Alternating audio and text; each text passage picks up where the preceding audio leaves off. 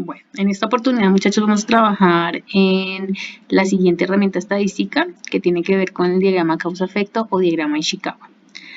Básicamente, esta herramienta estadística se realiza después de haber definido, delimitado y localizado muy bien el problema.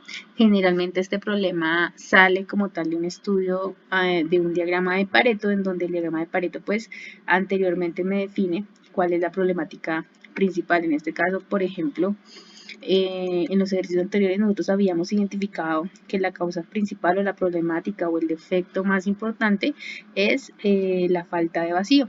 Entonces, posterior a eso, lo que se usa o lo que se hace es utilizar una herramienta estadística como el diagrama causa-efecto, ya no para basarnos en el problema, porque ya lo identificamos, sino para investigar cuáles son sus causas.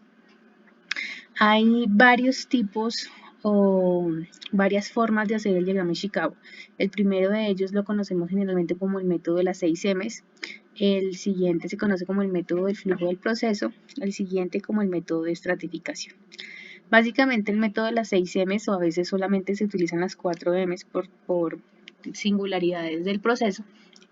Pero básicamente esas 6 M's pues me estudia como tal la mano de obra, los métodos, las máquinas, el material, las mediciones y el medio ambiente, lo que me permite estudiar el problema desde 6 puntos de vista diferentes o desde 6 ramificaciones diferentes.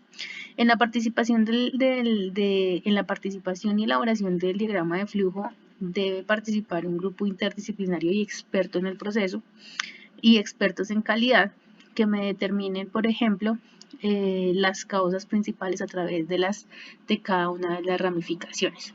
En donde se estudia, por ejemplo, la mano de obra. Dentro de la mano de obra nosotros podemos evaluar en qué nivel de conocimiento está, si el personal o la mano de obra que interviene en el proceso está entrenado, si el personal tiene la habilidad y la capacidad para poder trabajar y qué dificultades tiene la mano de obra en cuanto al problema o en relación al problema que estamos estudiando.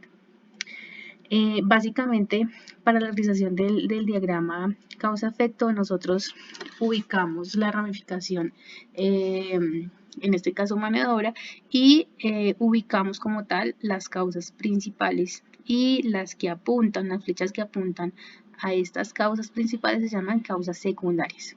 En esta parte nosotros, pues, lo ideal es que nosotros coloquemos cuál es la causa raíz, sin caer como tal en la necesidad de colocar siempre falta de entrenamiento o falta de supervisión o falta de conocimiento, sino que nosotros en la elaboración del diagrama causa-efecto podamos ahondar un poco más. Y para esto nosotros, o generalmente en mi experiencia, utilizo una metodología que se llama los 5 porqués, en donde nosotros lo que hacemos es preguntarnos 5 veces por qué pasa determinada situación o por qué se genera una causa. En este caso, por ejemplo, me están mostrando que la causa es la supervisión y me están diciendo que, pues, que se genera de manera inadecuada, sin la intención de, digamos que de malinterpretar el diagrama causa-efecto. Faltaría como tal una explicación del por qué la supervisión es inadecuada y otras circunstancias por qué hay causas que pueden generar el problema a través del operario. Digamos que el objetivo principal del diagrama causa-efecto es determinar la razón verdadera o la causa raíz del problema. Entonces, a través de los 5 porqués, yo puedo determinar esta causa. Entonces, si el problema principal se genera porque falta entrenamiento, comienzo a preguntarme por qué falta entrenamiento, porque no hay recursos o porque no hay disponibilidad de tiempo o porque básicamente no hay personas que generen una capacitación con respecto al tema. Y de ahí sigo desglosando mi causa a través de otro por qué. Sigo preguntándome por qué existe esa causa y que no puede solucionar el problema. Entonces, la idea generalmente del diagrama causa-efecto es poder ahondar en cada una de las causas que me pueden generar el problema. Otra de las ramificaciones se presenta a través del material. En este caso, nosotros podemos evaluar si hay variabilidad en el material, si hay variabilidad en los proveedores, si las causas que me generan a mí el problema vienen en material. Debo estudiar, por ejemplo, qué causas pueden venir de los proveedores, de los tipos de materiales, de los calibres, de las calidades, de muchos factores que me pueden a mí afectar la calidad de mi producto a través del material. Otra de las causas o las ramificaciones que debo estudiar tiene que ver con la maquinaria. En cuanto a la maquinaria, debo evaluar, por ejemplo, las condiciones de entrada de mi operación. Si mi máquina está con sus condiciones iniciales bien definidas, si los criterios están bien definidos, por ejemplo, temperatura, presión, precisión de la máquina. Si estas condiciones iniciales de operación son adecuadas para el tipo de máquina, porque a veces yo puedo tener el mismo funcionamiento de la máquina, pero de diferentes proveedores, por ejemplo. En este caso debo validar que esas condiciones iniciales de la máquina se cumplan de acuerdo a la ficha técnica que me genera el proveedor. También puedo evaluar, por ejemplo, los mantenimientos que se realizan a la máquina. Si se realiza un mantenimiento preventivo o correctivo, o si la máquina carece de repuestos. Digamos que puedo evaluar la problemática a través de esa ramificación de maquinaria, que nosotros podemos ahondar en causas bastante dicientes y que pueden generar una problemática o este tipo de problemática. Nosotros también podemos evaluar mi problema a través del método.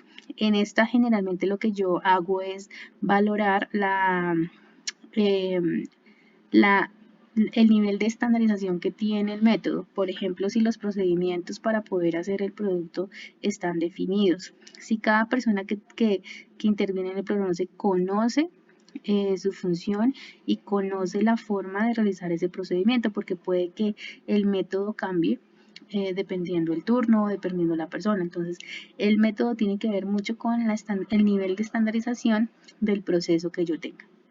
En esta gráfica no aparece, pero hay dos ramificaciones más que tienen que ver con las mediciones y el medio ambiente. En cuanto a las mediciones, yo puedo valorar lo siguiente. La medición tiene que ver básicamente con cómo estoy midiendo la calidad del producto. En este caso yo debo validar si hay criterios claros en cuanto a la medición del producto, en cuanto a sus atributos y en cuanto a las partes medibles de mi producto. Entonces, si hay disponibilidad de equipos para medición, si el tamaño de la muestra con la cual yo realizo la medición es suficiente, por ejemplo, si los productos con los cuales yo mido me generan a mí confiabilidad, es decir, están calibrados, tienen certificados de calibración. Y adicional, si las mediciones que estoy realizando se registran y puedo generar algún informe o algún reporte que me permita estudiar, digamos que alguna causa en particular. Esto es lo que yo puedo evaluar a través de la medición. Otra de las M's o de las ramificaciones tiene que ver con el medio ambiente.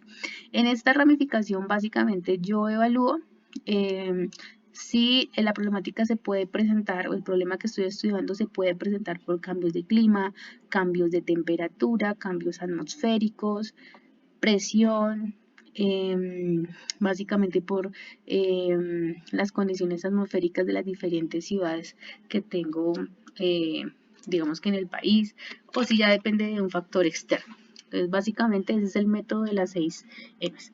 Otra forma para poder hacer mi diagrama Ishikawa o método de flujo o diagrama causa-efecto, perdón, tiene que ver con el método de flujo de proceso.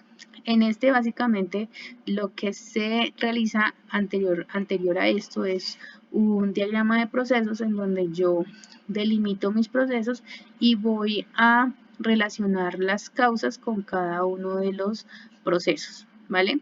Entonces, en este caso, debo identificar primero cuáles son las partes o los procesos importantes y definir cuáles son las causas que se pueden generar a través de cada uno de ellos, si es del método que decido usar. Otro de los métodos para poder hacer el diagrama de Ishikawa tiene que ver con el método de estratificación. En este método básicamente es bastante libre, pero es bastante asertivo en la medida en que yo sepa definir cuáles podrían ser las ramificaciones o las áreas o las variables más importantes que pueden influir en la problemática. Entonces, por ejemplo, en este caso, estratificaron el problema a través de la calidad de la pintura, el mantenimiento, el tiempo de exposición, el método de pintado y la atmósfera. Entonces, en este caso lo que hicieron fue estratificar el problema diferente al método de las 6 M's que ya están definidos, sino ellos mismos definieron cuáles son las ramificaciones que van a estudiar sobre ese problema en particular. Recordemos que todos los problemas no tienen como tal incidencia en las 6 M's, entonces en este caso se puede optar por esta metodología.